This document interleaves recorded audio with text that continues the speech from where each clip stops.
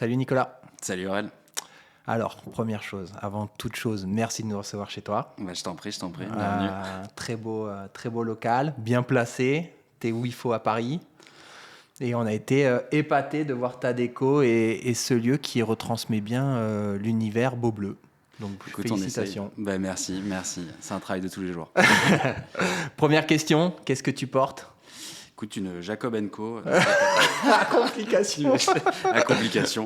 Non, écoute, la dernière venue, la Etche Vesperal, donc full acier, avec la petite date à 6 heures, symétrie oblige. On adore cette montre. Ça fait partie de ta collection permanente. C'est ça, On qui y est arrivé reviendra. il y a quelques mois maintenant. Ouais. Ok. Moi, tu me poses pas la question, mais t'es pas non plus Jérémy, donc je vais me la poser. Mais vas-y. Moi, je porte ma petite Marche Lab parce que je sais que t'es pas loin de chez eux et je voulais rester dans le français. J'ai Mais pas de c'est beau très bleu, bien. donc Mais c'est très bien aussi. je me suis dit Marche Lab, t'allais pas être contrarié. Pas du tout.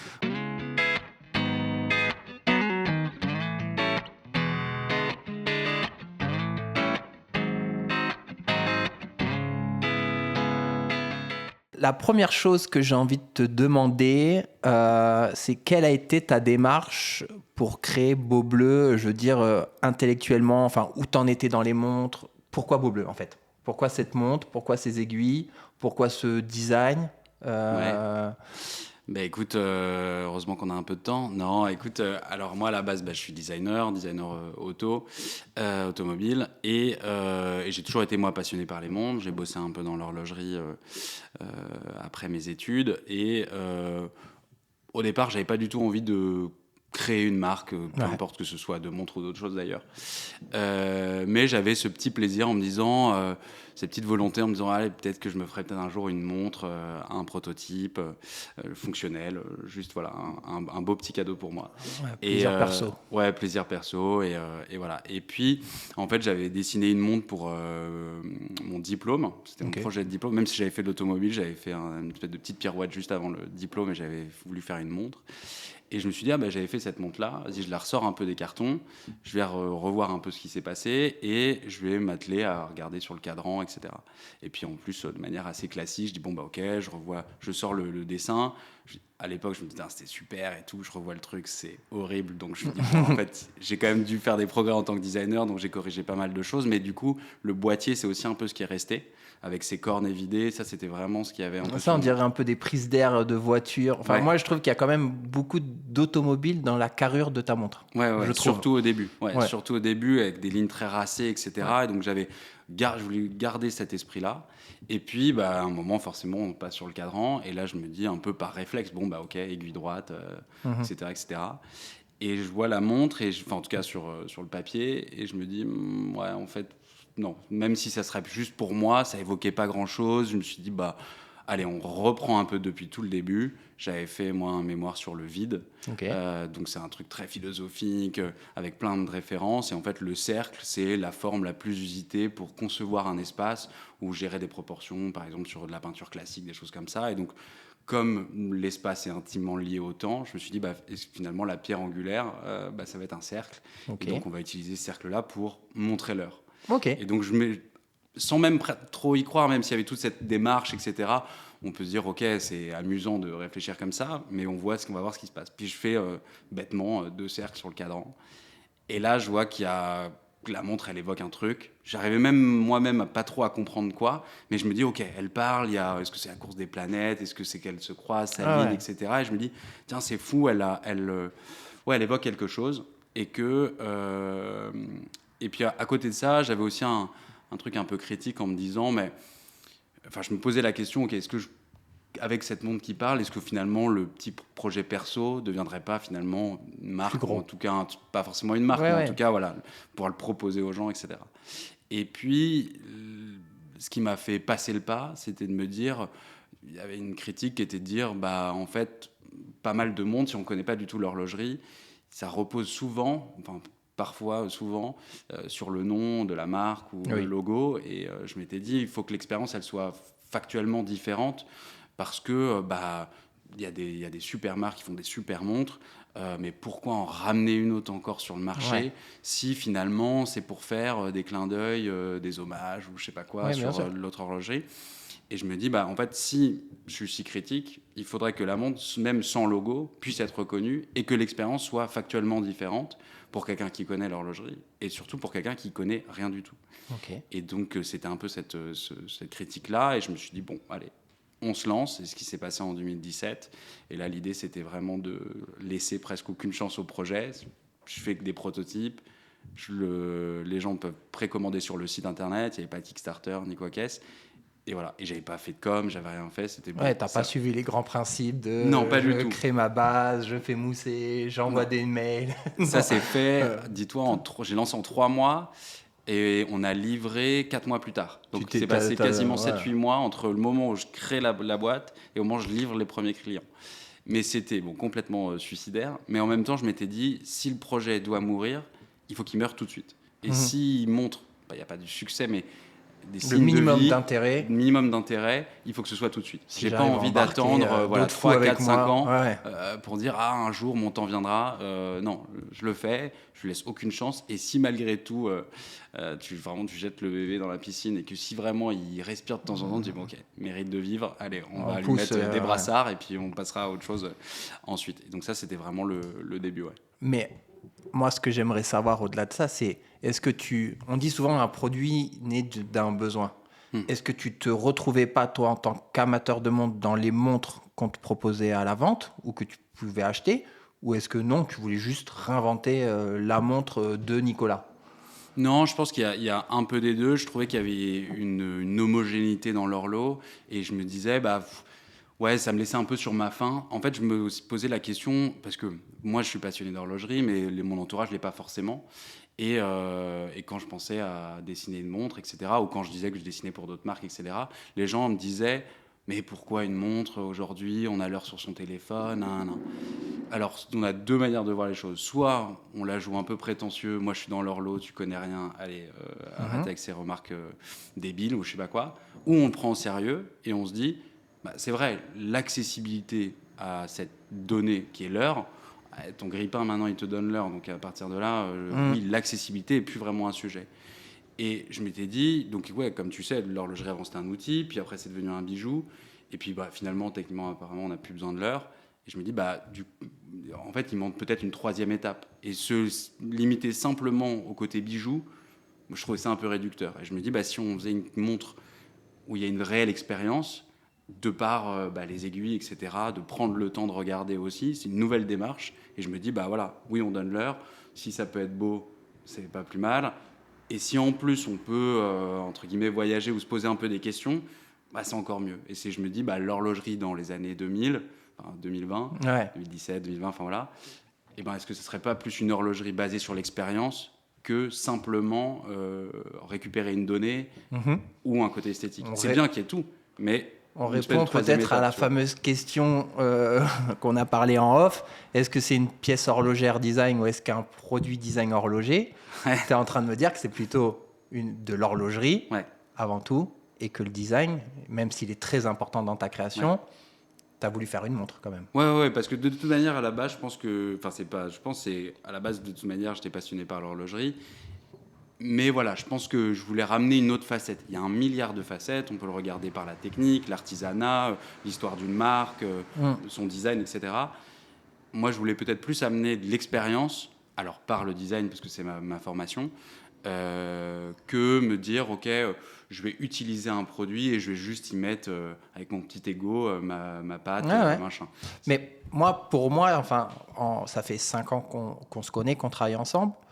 Moi, j'ai tout de suite perçu, mais c'est personnel, c'est pour ça que je voulais te poser la question, que c'était une montre avant d'être un objet design, puisque je me suis dit, j'ai vendu Zero, qui était une marque new-yorkaise, Nuka, qui était une marque new-yorkaise qui vendait des montres un peu binaires. J'ai vendu Zero, où il y avait des disques qui tournaient de couleurs, tout ça. Mais le point commun de toute cette montre, c'est qu'il y avait rarement de mouvement automatique, il y avait rarement de verre saphir, c'était toujours un peu disgracieux, un peu épais. Le design ne servait pas à la fonction. Et quand tu as créé ta marque, c'est pour ça qu'on a tout de suite voulu la référencer et la travailler. On a vu une montre qui était relativement fine pour ce genre de complications, qui avait un verre saphir, qui avait un mouvement automatique, qui répondait à des codes qu'un amateur de montre aime ou s'attend de recevoir d'une montre. Bah, en fait, ouais, c'était Et ça. après, il y a la folie des aiguilles rondes qu'on a déjà vues. Et il y a ta patte à toi, ça qu'on n'a pas vu, mais avec ce côté des cornes très aérées. Enfin, on a l'impression que le boîtier, c'est les cornes qui viennent le serrer comme un peu un sertissage d'une bague. Tout à fait, ouais. Ça, c'est ta patte. Ouais. Mais tu as respecté les codes horlogers. Donc moi, je me suis toujours dit, c'est une montre. Le design vient après. Là, ta discussion est intéressante parce qu'en plus, tu t'es inspiré peut-être de la peinture, de ta conception de l'art ou ta conception du vide ou pas du vide ou du cercle ou pas du cercle, tout ça. Donc ça va plus loin que ce que je pensais. Mais moi, j'ai toujours mis en avant le côté horlogerie dans ta marque. À la différence de toutes ces marques qui sont mortes, qui n'existent plus, qui faisaient que du design. Ouais. Parce que le pari, il est risqué. Entre guillemets. Toi, tu arrives... Moi, j'ai connu avant 2014-2015 où il fallait que la montre ne ressemble pas à une montre et tu pouvais vendre tout et n'importe quoi. Après, ça dépend de l'approche. Moi, je trouvais que, en fait, quand on fait une montre, je pense qu'on s'adresse à différentes personnes. Pour être un peu taquin, genre, je pourrais faire une montre pour les geekos. Genre ça, voilà, et je respecte certains codes, etc. Moi, ce que je voulais faire, c'était me dire, autant, on va dire, pour les geekos, mais aussi pour ceux qui veulent rentrer dans l'horlogerie et qui arrivent avec plein de codes, qui ne comprennent pas. Je pense que l'horlogerie, en règle générale, a aussi tout fait pour que ce soit intimidant. C'est compliqué, on ne peut pas trop comprendre le prix. Enfin voilà, il y a quelque chose de très nébuleux et donc c'est très intimidant. Et moi, l'idée, c'était de dire non, on va casser un peu tout ça. Ça reste une montre, mais on va ouvrir une autre porte qui va être celle de l'expérience ou du design pour rentrer dans l'horlogerie. Ouais. C'est-à-dire que voilà, quelqu'un va se dire... je sais pas, il y a le principe d'héritage, des choses comme ça. Chacun va se raconter son histoire de pourquoi on veut rentrer dans l'horlogerie. Enfin, en tout cas, pourquoi on veut avoir au moins une montre. Et moi, je m'étais dit, on va prendre celui qui me parle du fait qu'en fait, on n'a pas besoin de montre parce parce qu'on a l'heure partout. Et celui qui va dire, en fait, j'ai besoin aussi d'un vent de fraîcheur, avoir autre chose, un peu me challenger aussi sur la manière dont je vois et j'utilise l'objet, quoi. Le pari est réussi, je pense, parce que moi, je suis bien placé pour te le dire en les vend. Je la vends à la personne qui n'a pas de montre. Ouais. Et c'est sa première remontre, on va dire. Ouais. Il en a porté, il en a plus porté. Et l'horlogerie ne l'intéresse plus parce que trop classique. Et donc, le coût des aiguilles rondes, de cette danse des aiguilles en permanence l'intéresse et va l'acheter. Ouais. Mais je l'ai vendu aussi à des gens qui ont des collections avec Rolex, avec plein de belles montres et qui veulent la montre un peu folle, mais qui restent dans ce qu'ils consomment. Avec la boucle déployante, avec le verre saphir, avec le mouvement automatique. Ils ne sont pas perdus dans leur code horloger, dans leur spec qu'ils attendent d'une montre, mais il y a le côté un peu fou. Donc, pari réussi. Écoute, j'ai la même expérience. C'est vrai qu'il y a des gens qui arrivent et disent voilà, moi j'ai jamais rien eu, je veux une première montre. Si je prends une première montre, il faut au moins qu'elle soit différente parce que je ne serais pas capable d'expliquer les références d'une aiguille ou de je sais pas quoi, un truc beaucoup plus geek. Il s'excuse un peu d'être là, donc des fois il dit non, voilà, je veux quelque chose qui s'impose à moi, qui va être l'esthétique. Et puis à côté, nous, on a des mecs qui ont posé leur Langouane sur la table et qui ont dit je vais prendre une Beau Bleu. Donc c'est ça qui est et ça fait super plaisir. Et alors après, en plus, quand on les réunit et qu'on a un qui s'est arrêté à Casino et l'autre qui prend avec sa Langouane, c'est génial parce qu'en plus ils discutent. Et aussi c'était ça, cette idée, c'était une première marche ou une première porte dans l'horlogerie. Et après, nous, on en voit maintenant qui sont sur d'autres marques et qui se font plaisir. Et nous, on adore. Parce qu'on dit, on a réussi à insuffler une passion ou en tout cas un intérêt. T'as réussi à pérenniser sur quelque chose qui était mort, à mon avis, qui était l'horlogerie design et un peu hyper design où le principe de lire l'heure était un peu folle, tout ça. Moi, je l'ai vu mourir avec la crise, avec les gens qui veulent acheter moins mais mieux. Et retour aux traditions, retour à l'histoire. Et toi, tu arrives avec des montres un peu fuckées, entre guillemets. Et on arrive à très bien les vendre et tu arrives à pérenniser et à faire ton bout de chemin. Donc, chapeau. Il y a un certain maniérisme en tant que designer. Je pense qu'il y a l'envie de mettre sa patte, évidemment, de signer son truc, etc. Mais je pense qu'il faut... Je pense qu'il faut une envie un tout petit peu plus supérieure à se dire juste... je mets mon ego sur une montre ou je pense que je pense qu'il faudrait avoir une démarche qui est un tout petit peu plus noble que simplement je vais faire une belle montre. Ça se traduit aussi dans ton histoire, dans tes produits. Moi, j'ai vendu la toute première qui avait des défauts. Non, elle avait son charme. Elle avait son charme. Elle avait pas de défaut. Elle n'avait pas de défaut. Elle avait on va dire, des petites coquilles de création et d'utilisation, mais elle était très belle. C'est pas ce que je dis. Mais c'est vrai que la couronne était un petit peu petite pour bien la remonter ou pour bien la mettre à l'heure. Je crois que tu as changé de mouvement entre les deux. Non, j'ai gardé le mouvement, mais j'ai changé la taille. La taille, ouais. Voilà. Donc, tu as su aussi te remettre en question sur ton process de création. Ouais, complètement. Ouais, ben, en fait, tu évolues forcément. Soit tu peux avoir une idée très claire de ce que tu vas faire dans le futur, mais malgré tout, je m'adapte pas, moi, au marché, ou genre, nous, on n'a pas d'études de market, on s'en contrefout, on regarde même pas vraiment ce que les autres font, parce qu'on n'a pas envie d'être, c'est pas pollué, mais en fait, déjà, même quelqu'un qui est pas designer ou qui fait pas de montre, si on lui dit de dessiner une montre, inconsciemment, il y a des codes qui vont revenir, il va faire une lunette comme ci, une aiguille comme ça, etc. Donc l'idée, c'est de dire, ok, on part d'essayer de pas être influencé, entre guillemets, ou en tout cas pas par l'horlogerie, par d'autres choses, et de travailler la chose. Donc après, moi, j'évolue, et puis en fait, à chaque collection, moi, je m'invente aussi une autre histoire, parce que c'est bien d'en dérouler une, il faut qu'il y ait un fil conducteur, et que voilà, qu'il y ait une vraie cohérence. Donc ça, c'est le truc général de l'expérience, de voir le temps différemment et tout. Et après, chaque collection, c'est l'opportunité de se dire, ok, comment je vois le temps aujourd'hui, comment je vois la montre aujourd'hui, et donc trouver une histoire, ça permet de dérouler des montres où tu peux te surprendre, quoi. Ok. Et tu t'es dit, est-ce que quand tu crées ta deuxième montre, ta deuxième collection, on va dire, tu as les retours de tes clients, ou tu t'es dit toi-même, non, celle-là, je l'ai fait comme ça, c'était moi avant, mais j'ai envie de la changer, j'ai envie de... Les petites coquilles que moi j'appelle coquilles qui ont été gommées, c'est quoi? C'est du retour client, ou c'est toi personnellement qui t'es dit... Il y avait un peu de retour client. Après, non, moi c'était vraiment... Au début, j'avais fait par exemple que 2 aiguilles, et on m'avait dit, mais pourquoi 2 aiguilles et pas 3? Bah oui, la seconde qui tourne en permanence. Évidemment. Mais en gros, ça pour le coup, c'était c'était complètement volontaire, parce que je m'étais dit, toujours pareil, j'avais balancé le bébé dans la piscine, et je m'étais dit, si ça marche pas avec 2 aiguilles, ça marchera pas avec 3. Ouais. Et que déjà 2, c'était... Moi, tu m'as fait très peur sur tes aiguilles. Bah ouais, mais parce que j'ai vu plein de marques ne pas réussir à faire des aiguilles rondes par rapport au poids. Ouais. Et à la contrainte que le mouvement n'arrive pas à entraîner les aiguilles, qui est trop lourde. Et on a soit des aiguilles qui s'affaissent, soit des aiguilles qui se touchent, ou soit le mouvement qui ralentit au fur et du temps parce qu'il n'arrive pas à les entraîner. Ouais, bah ça c'est pas de mon fait, ça c'est fait de l'horloger pour le coup qui conçoit du coup tout ça. Et alors après, t'es tombé sur le bon gars.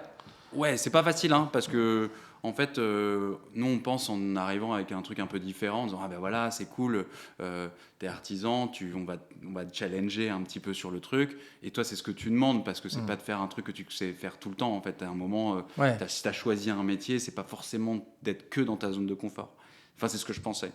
Et en fait, il y a beaucoup de gens qui aiment bien être dans leur zone de confort. Surtout en horlogerie. Et surtout en horlogerie. Et donc, il y en a plein qui m'ont dit oui, non, oui, ça c'est possible, ça c'est pas possible, et inversement.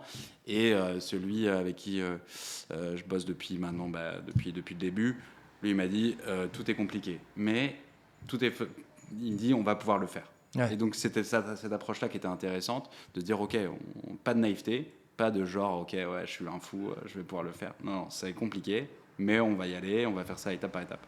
Donc oui, tu avais les 2 aiguilles, c'était vraiment l'histoire d'essayer ça, et de me dire, on lui donne le peu de chances possible de réussir, et si ça fonctionne, du coup, quand on arrivait avec la 3e aiguille, du coup, il y avait une sorte d'évidence, etc. Mais ça faisait partie aussi de tout ce discours-là, en disant, on vous installe une première vision du temps beau bleu. Et puis après, on met une 3e aiguille, on a une date, on peut faire un dual time. Enfin voilà, on peut. Et après, on déroule. Ouais. Mais il fallait vraiment comprendre la chose, quoi. Aujourd'hui, tu as une collection permanente. Est-ce que ça a été une évidence pour toi? Est-ce que tu t'es freiné dans ta démarche horlogère à dire peut-être qu'il y a 5 ans, Beau Bleu, c'était que des séries limitées, et tu t'es dit peut-être jamais je créerai une collection permanente? C'est quoi la collection? On vieillit, on mûrit, on s'assagit, on a des idées des fois qu'on dit ça c'était le mois d'avant. C'est quoi? Pourquoi la collection permanente? Qu'est-ce qu'elle va t'apporter? Elle va peut-être te permettre aussi une plus grande flexibilité à côté, si tu Ouais. as une collection permanente. Est-ce qu'elle va être amenée à évoluer, cette collection permanente? Est-ce que Bah, tu vas en intégrer des nouvelles pièces? Tout ça. Tu peux nous en parler? Ouais, carrément. Ben, en gros, je savais depuis le début que je voulais faire la majorité des éditions limitées. Et à un moment, je dis, bah, quand je me suis lancé, je dis, ok, on fait que des éditions limitées. Entre guillemets, presque que des tests. Et, et en fait, mais je savais à un moment ou à un autre que si ça fonctionnait, j'allais arriver à un problème qui était le dire, bah ok, on n'a pas assez de pièces, c'est du coup trop limité, etc. Et que même si on augmentait le nombre d'éditions Ça limitées, plus à rien au bout d'un moment. bah, le truc c'est que tu Limité vois, à 10 000 pièces. 10 000 pièces, ça n'a aucun sens quoi. Et donc, pour je sais pas, une marque édition permanente qui fait 1 million de pièces et qui fait une édition limitée de 10 000 Seiko pièces, fait des éditions limitées à 10 000 pièces. eux, ils peuvent, et on se les arrache. Voilà. Mais du coup, je savais qu'il allait avoir ce problème-là, mais j'étais à des années-lumière de ce problème-là. Donc, de toute façon, je dis, on verra. Le jour où on arrive à ce problème, ça sera un bon problème. Et là, à ce moment-là, on se posera les vraies questions. Et donc, c'est ce qui s'est passé, du coup, en l'espace de 5 ans. Donc, il y a eu la B01, il y a eu la Union, il y a eu Vitruve, et donc les 3 éditions limitées. Et là, on s'est dit, bon, en fait, moi, je faisais une collection limitée tous les 2 ans. Donc, c'était un peu au doigt mouillé en disant, bon, allez, on produit tant de pièces, il faut qu'on tienne 2 ans jusqu'à ce que l'autre arrive. La première s'est bien passée, la deuxième, ça commençait à montrer un petit peu des en petits 1 an et demi, on a vu nous on s'est dit là, il n'y a plus celui-là, il n'y a plus celui-là. Donc on a tiré un peu sur la corde, on s'est dit allez, troisième, on augmente légèrement les exemplaires à 888. Alors, on a vu que là, pareil, on commençait un peu à tirer sur la corde, on s'est dit bon ok, là en fait on n'arrive pas à la fin d'un concept, mais on arrive à la fin de la structure comme on l'avait pensé à la base. Et puis, on s'est dit, bon, il y avait aussi cette histoire un peu de frustration. Et il y a des marques qui gèrent très bien la frustration. Et nous, on n'avait pas envie de ça. Si on veut faire rentrer les gens dans l'horlogerie, c'est pas pour leur regarder un peu de haut en disant, ah ben non, mais monsieur, madame, on n'a pas. Ça n'existe plus. Il faut être sur liste d'attente et tout. On s'est dit, bah non, en fait, on sauve pas les bébés phoques, juste c'est du plaisir. Quoi. Donc en fait, tu viens, on a, et ben, on peut l'offrir et c'est top. Et donc, à la fin, on se dit, ok, on va créer une base. C'est quoi Beau Bleu? On a fait comme je disais, plein de tests, 3 collections tests, etc. Entre guillemets, c'est pas des tests, mais on peut le voir comme ça. Mais du coup, c'est quoi l'essentiel Beau Bleu? C'est quoi l'ADN? Après avoir justement travaillé plein de choses, c'est quoi le test? C'est quoi le test? C'est quoi l'ADN? Et donc, on s'est dit, ok, on va venir avec 3 pièces, seulement 3 pièces, qui vont composer un peu ces 3 pieds du tabouret, la base en fait de Beau Bleu. Pour que les gens puissent dire ok, il n'y a pas de frustration. Si vous voulez venir voir l'essentiel et vous en offrir une, c'est possible. Quelque part, c'était 3 best-sellers passés, redessinés au Beau Bleu comme ça, 2023. Ouais, c'est ça. Et dans cette approche-là, nous, en fait, on s'est dit ok, c'est cool parce que on a cette base-là qui est saine, on nous reconnaît pour ça. Puis aussi, il y avait cette idée avant, il n'y avait pas la question de marque. Moi, c'était juste, je fais des signes, des montres, on les produit, on les vend. On faisait quasiment pas de com ni rien, donc ni market et tout, donc c'était un peu juste on met quoi. Mais là, ça fait 6 ans, les gens aussi nous identifient aussi comme une marque. Et donc c'était. Tu dois répondre à d'autres critères. Répondre à des critères de marque maintenant. Les gens qui te découvrent, ils ont envie d'avoir des montres, il connaît peut-être pas ton passé, donc il sait pas qu'il a loupé des éditions ou il sait pas comment ça fonctionne. Ouais, c'est ça. Puis en fait, c'est pas forcément mal de dire marque, parce qu'il y a l'objet et puis il y a la marque. La marque, c'est moi la manière dont je le vois, c'est un peu la montre, c'est la personne qu'on essaie de bien dessiner, qui marche correctement. Et puis à un moment, elle doit ouvrir la bouche et elle doit dire des choses intéressantes. Et donc c'est ça où là arrive la marque, c'est que on a un objet. Maintenant, il faut lui donner ce supplément d'âme en disant on n'est pas juste une belle fille ou un beau garçon. Juste en fait, on a aussi notre manière de voir le monde. On va l'exprimer et voilà. Et donc on s'est dit faire une marque sur des produits éphémères. C'est peut-être possible, mais on trouvait ça très casse-gueule. Oui. Et donc en fait, on s'est dit ok. Puis ça t'assoit jamais, je trouve. Tant que marque. tu es la personne qui fait des séries limitées. Mais à la fin, ça devient des tests, mais ça fait que des coups d'essai, quoi. Et non, en fait, aujourd'hui, on s'excuse pas d'être là. Ça se passe bien voilà, voilà. Petit à petit, nous, ce qu'on veut, c'est durer très longtemps. Donc voilà, on prend notre temps. Et là, ça permet d'asseoir cette base-là, de travailler entre guillemets notre marque en disant voilà, on a une personnalité au-delà des montres. Et ça nous permet de nous ouvrir un peu le champ des possibles pour continuer les éditions limitées. À la fois, c'était quelque chose au début, c'était pas vraiment un argument marketing, c'était de dire ok, je fais des montres, on les vend toutes, puis après on repart sur une feuille blanche et on se met un peu en danger comme ça. Mais c'était un danger que moi j'aimais bien parce que je pense toujours d'ailleurs que j'en ai un peu encore sous le pied. Donc l'idée c'est de challenger un petit peu. Pour autant, à un moment, on a demandé à la communauté de dire voilà, on aimerait installer une collection permanente avec exactement les mêmes arguments que je t'ai donnés. Bonne ou mauvaise idée. Bonne ou mauvaise idée, qu'est-ce que vous en pensez? Et on a eu genre des milliers de réponses, ce qu'on franchement on s'attendait pas, avec des pavés, genre positifs et négatifs. Négatifs dans le sens où c'était pas... c'était négatif dans le sens où ils avaient vraiment un attachement avec la marque. Ouais. C'était pas parce que c'est je protège mon bébé. Je protège ne mon rends bébé. pas mon bébé disponible au plus grand nombre. Ouais, voilà. Donc, mais c'est ça. Ça veut dire qu'ils aiment leur montre. Et c'est ça. C'est parce qu'ils aiment leur montre. Et donc du coup, on était hyper touchés en se disant, ok, en fait, c'est un vrai truc pour eux. Moi, je le savais pas. C'était plus moi égoïstement en tant que designer, mais en fait, c'est un vrai truc pour eux. Et ils disent non, voilà, cassez pas ci, nanan, etc. Donc ils étaient hyper engagés. Puis des vrais pavés, quoi. Parce que quelqu'un qui s'en fout. La pire des choses, c'est qu'ils répondent même pas ou qu'ils fassent ouais, ok, faites comme vous voulez, quoi. Là, c'était vraiment engagé. Et donc ça, c'était un bon signe déjà. Et donc là, maintenant, on se retrouve avec une édition permanente, avoir plus de coffres pour les éditions illimitées. Et donc là, se faire beaucoup plus plaisir, parce qu'il y a aussi, faut le voir aussi dans un autre contexte, c'est-à-dire que il y a la marque, puis il y a aussi la société. Maintenant, on est plusieurs personnes. On a un horloger à plein temps, on a des choses comme ça, donc on peut pas faire le débile non plus en disant bien sûr. après moi le déluge, je fais une montre.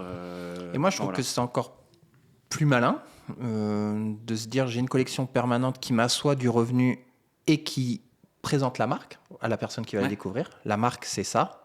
Et à côté, tu auras toujours tes fans de la première heure, les geekos, tout ça, qui vont pouvoir acheter de la série limitée. Et elle sera encore plus folle puisque tu auras l'assise d'avoir la collection permanente pour te permettre d'aller encore plus loin dans ton délire de créateur. C'est ça, on peut faire prendre plus de risques, etc. Parce que au début, j'étais tout seul. Donc là, pour le coup, après moi, le déluge, ça s'arrête. Ça s'arrête. C'est fini. Là, on est tous engagés dans la même direction et donc on a envie de voyager et de se dire, bon, ok, entre guillemets, il y a eu le coup des aiguilles au début. Mais en fait, je pense qu'on a aussi autre chose à raconter au-delà des aiguilles. On garde les aiguilles, etc. C'est pas la question, mais on a d'autres choses encore à raconter, plus par rapport au temps, et donc on va travailler ça, quoi. Et donc et on sait aussi. Alors par contre, il y avait une vraie question, c'était de se dire, ok, mais s'il y a un vrai succès sur une édition limitée, qu'est-ce qui se passe? Choisir, c'est renoncer. En fait, on va pas faire des transferts entre ok, l'édition limitée, elle a super bien fonctionné, elle passe en permanente. On va en passer une en permanente. Non. Ce serait une réinterprétation forcément, ou pas du tout. Non, on le fait pas. Il y a que les idiots qui changent pas la vie. Oui. Mais au moment où on a sorti l'édition permanente, on s'est dit ok, terminé. Il n'y a pas de lien. Il n'y a pas de lien. Il n'y a pas de lien. Il n'y aura pas de transfert. Pas de transfert. Parce que déjà, c'est une question d'honnêteté. Quand les gens arrivent sur une édition limitée et ils se disent voilà, celle-ci, elle est limitée. Si c'est pour la revoir en fait 2, 3, 4 ans plus tard en édition permanente, oui, ok. Il y a des marques qui sont spécialistes de ça. Ouais, mais je trouve pas ça. Enfin, je sais pas. Si tu dois intégrer des nouvelles pièces dans ta collection permanente, ce sera des choses. Mais du coup, voilà. Donc c'est deux chemins parallèles, deux autres mais choses, qui communiquent pas. Donc okay. Forcément, on va enrichir la collection permanente. Mais comme elle sera pas nourrie des éditions limitées. Voilà, comme il n'y a plus de transfert, du coup, il y aura une vraie nouveauté sur les éditions permanentes et il y aura des vraies nouveautés, comme depuis le début, sur les éditions limitées.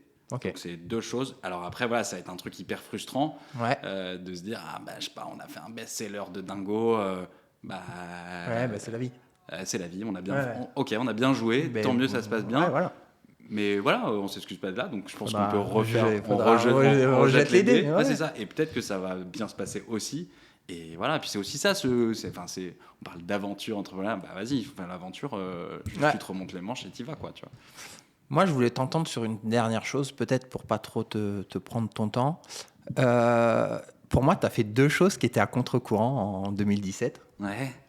C'est que tu as fait une montre qui pouvait paraître design, même si elle était très horlogère, on l'a déjà abordé. Et tu as été une micro-marque qui a très vite fait confiance à des revendeurs. Ouais. Alors que tu viens du design, on peut se dire, je sais pas, t'as pas fait de commerce, t'as pas fait... Non, rien du tout. Et aujourd'hui, je trouve que les micro-marques s'adressent plus du tout aux revendeurs. Mm-hmm. C'est Internet, on est indépendant, on est en indé.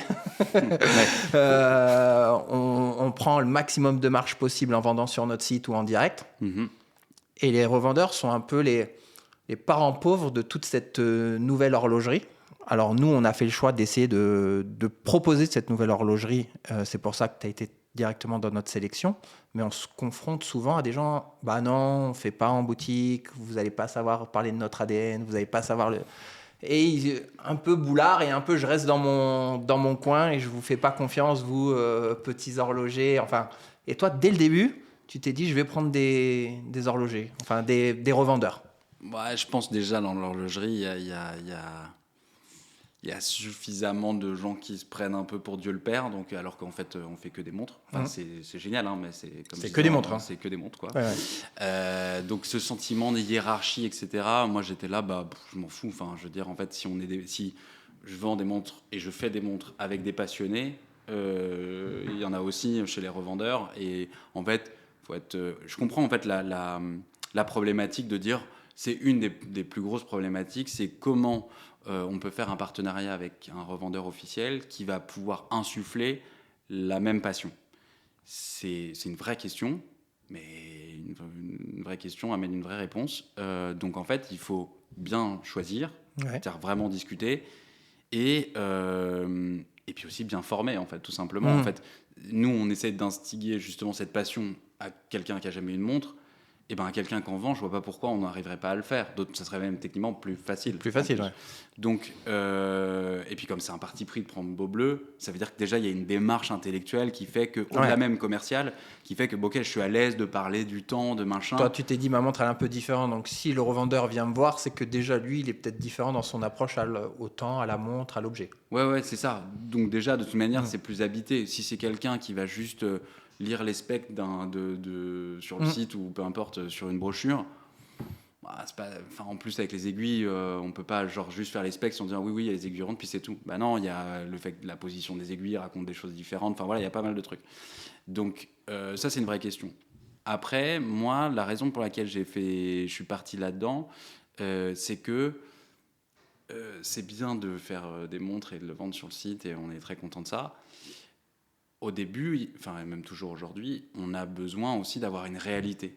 C'est-à-dire que juste être un site parmi tant d'autres qui vend des montres, ça instaure pas non plus la confiance. Les gens ont besoin aussi de voir les montres, les essayer avant de les acheter. Et donc l'idée, c'était aussi d'avoir une réalité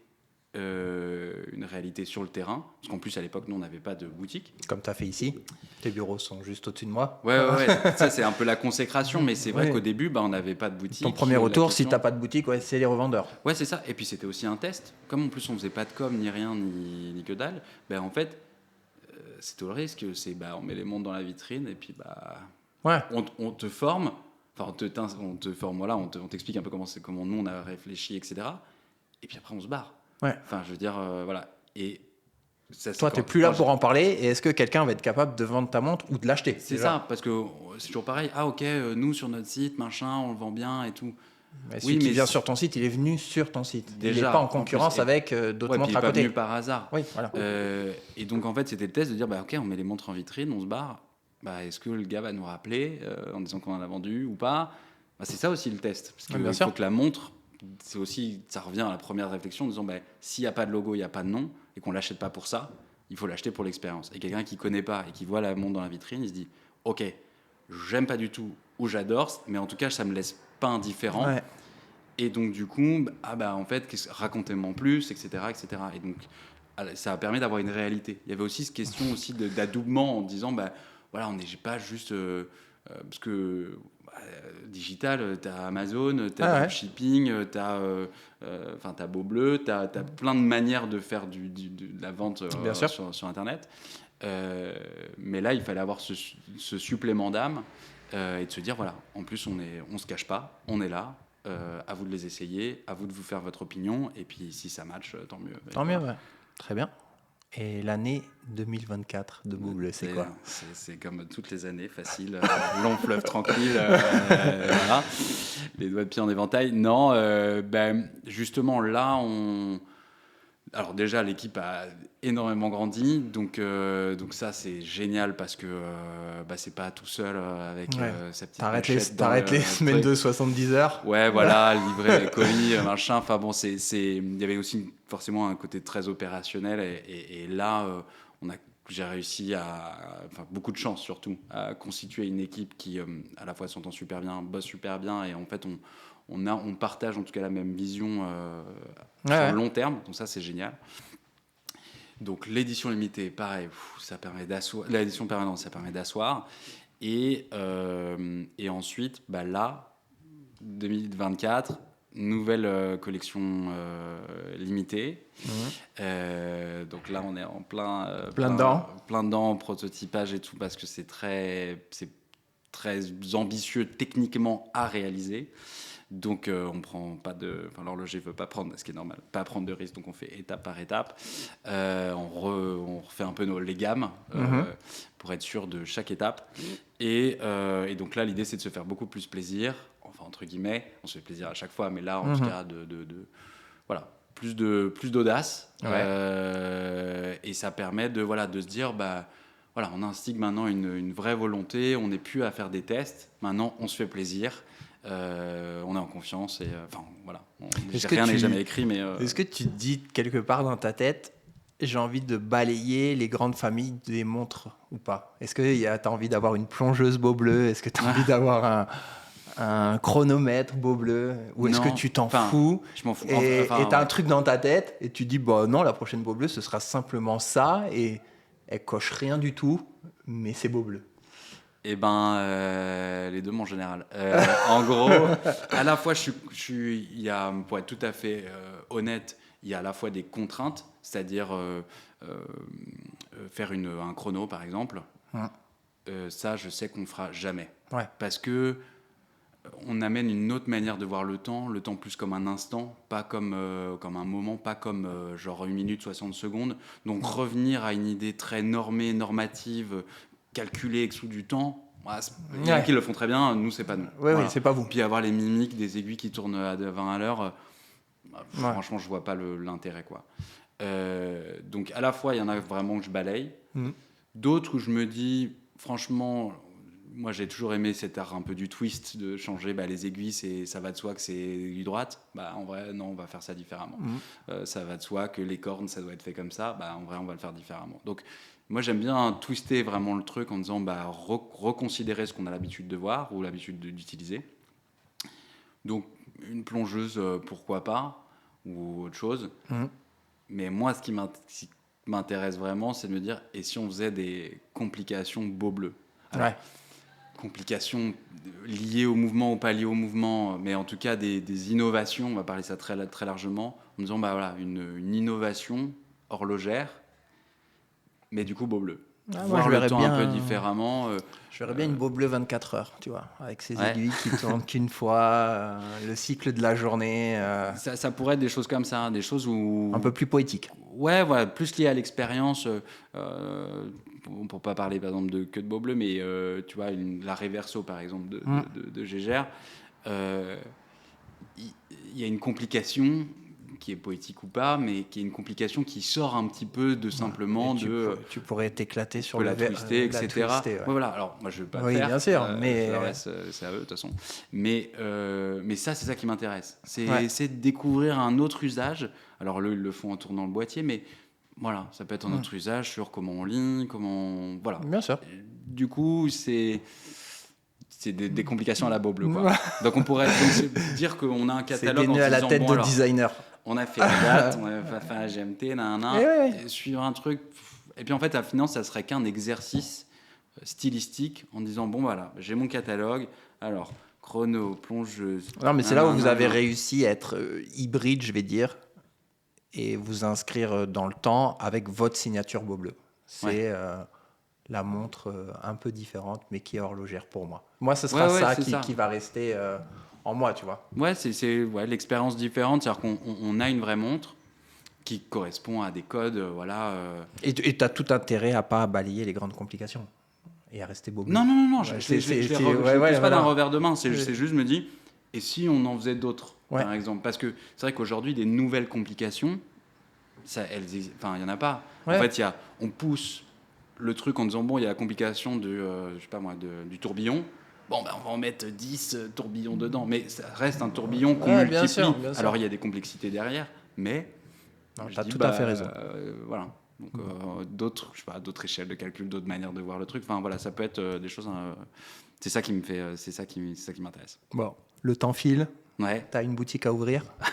On va te laisser travailler. Non, en tout cas, je te remercie. Merci beaucoup d'être venu. Et à une prochaine à Bordeaux ou ici.